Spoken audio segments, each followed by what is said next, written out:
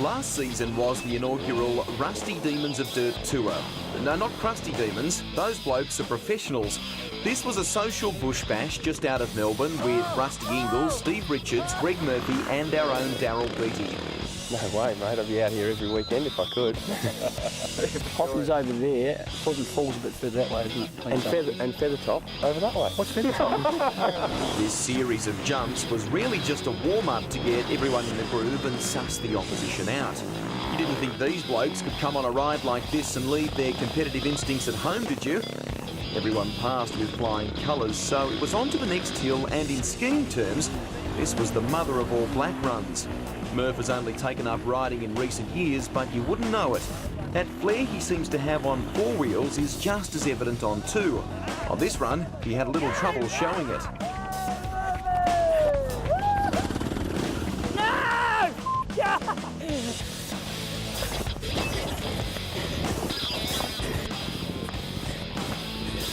You get the feeling this annual Griswold's get-together could be even bigger next season.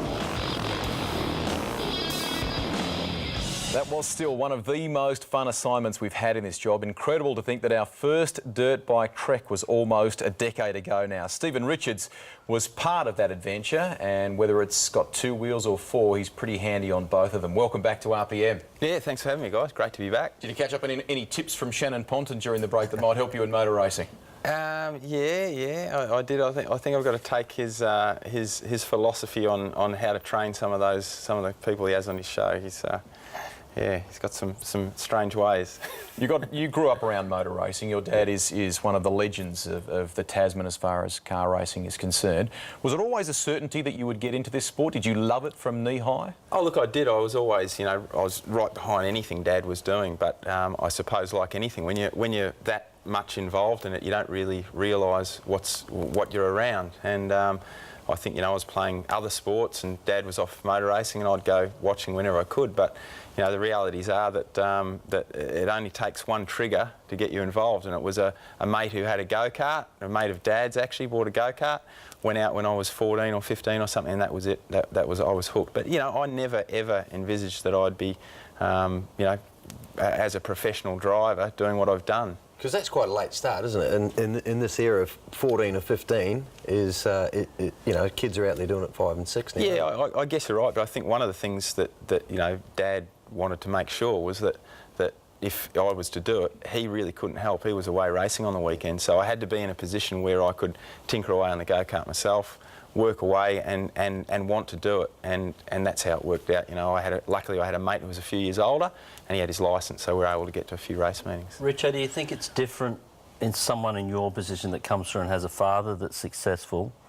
You're the son, you're trying to make your own path and career, you don't want to be mentioned after your dad all the time. I didn't have that, so I don't know what that was like, but I look at a lot of riders like Kenny Roberts Jr. and people around the world that have come through like that, like you. Is that pressure different, do you think? Yeah, look, Daz, I've never ever once looked at it like that. I've never been one to sort of look. I mean, what Dad's achieved has been unbelievable, and to think that you could ever achieve even half of that over the course of your career is amazing. But I always just went out to do the best I could, and on most occasions that was good enough. And for 15 years now I've been doing it as my job, so can't have done a bad job at it. 15 years is a pretty decent number. Unlike us, you're a young bloke still, but there's some great things in the vault, and we've had fun pulling some things out of the vault on Stephen Richards. So take a look at this. Super Touring, this is in the late 90s. This is a real blast from the past. The Diet Coke BMW, Greg Murphy in the Audi there. I think that's Lee Diffie commentating, and look in the background, the Valvoline Honda. Yeah. This is going to end in a bit of disaster. I can remember this. Oh. Lakeside as well. This is another part of motor racing history. That's what happens when you're young and silly and you try and drive fast on the grass. It was a fun old racetrack, though, wasn't it, with its undulations? Until this point. Yeah. Yeah, that was the biggest crash ever. I knocked out, went to hospital, came to in the Ambo. Great days though, really good days, the Super Touring era. Gary Rogers really, he really helped me out at this phase of my career, getting me involved in these in the Super Touring class. You bought a car effectively from the UK that had been racing over there, you know, you could come and be competitive. And we were mixing it as privateer guys. We were mixing it with the factory Audis, Volvos, and BMWs alongside Beardo. That's your dad in front there. This is 97, I think, at Lakeside as well. And might have been tagged there by Cam McConville, was it? Or there was some sort of incident between the pair of you? It race before, because that car didn't look that good. But Gary Rogers, he gave you the first V8 drive as well, wasn't it? That was sort of, that took over from the 2-litre days. Yeah, that's exactly right. We were actually running synchronised programs at that point with V8s and Super Touring with 6 guys, which is, you know, absolutely amazing. But I remember too, Rusty, thinking of vintage footage there. I reckon if we wind the clock back a little bit, there might be something else. This will be good. Oh, here we go. He did disappear to the edit suite.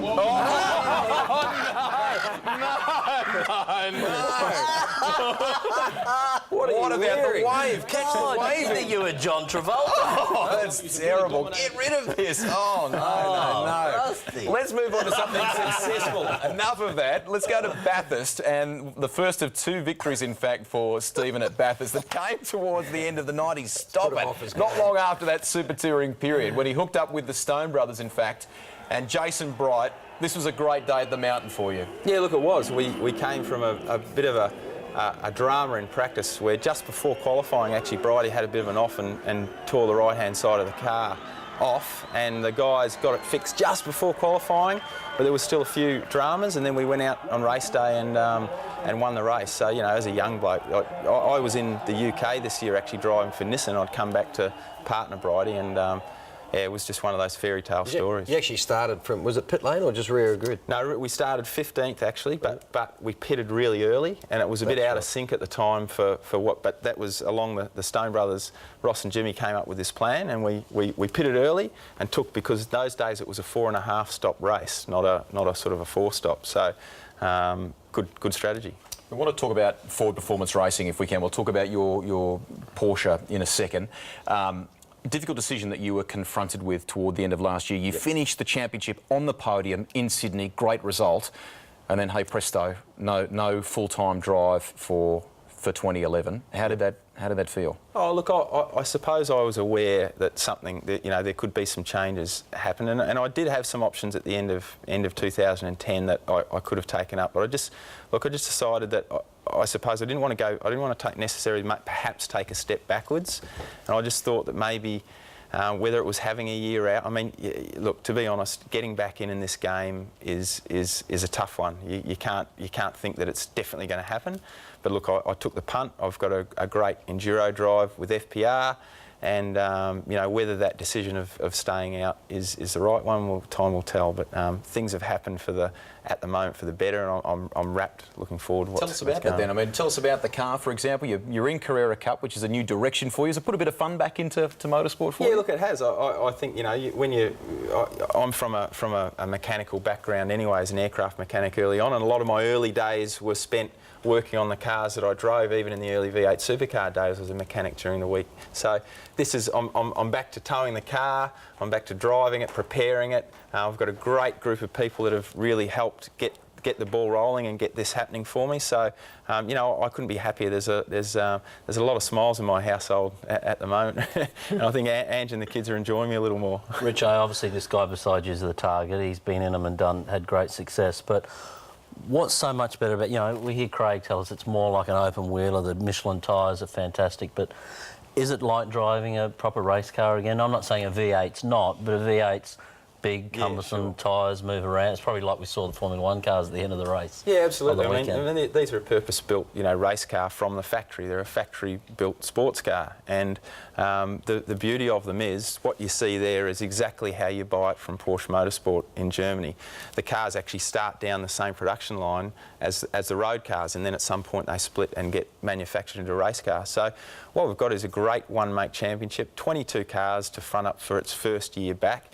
And guys like this guy, I've got to go and dust off his fingerprints. His fingerprints have been all over the car. No, they're not on it, they're under it. We're just about out of time here. Very quickly, you're doing some great stuff with Variety, the children's charity, this year too, aren't you? Yeah, well, I think, you know, we've all got a bit of a social conscience, and Laser Plumbing and Electrical here, they, you know, they really go to great lengths to help out within their industry. And Here's the website there. we're selling some rides that you can see there for charity, for Variety the Children's Charity, and you can go online to those websites, laserracing.com.au or lasergroup.com.au. Thanks for stopping by, mate. Good luck for the rest of the season with the Carrera Cup and for the Enduros with Ford Performance Racing as well. Great to catch up with you. Thanks, guys. Thanks There he is, Stephen Richards. We are not done yet. Stick around. There's a bit to come.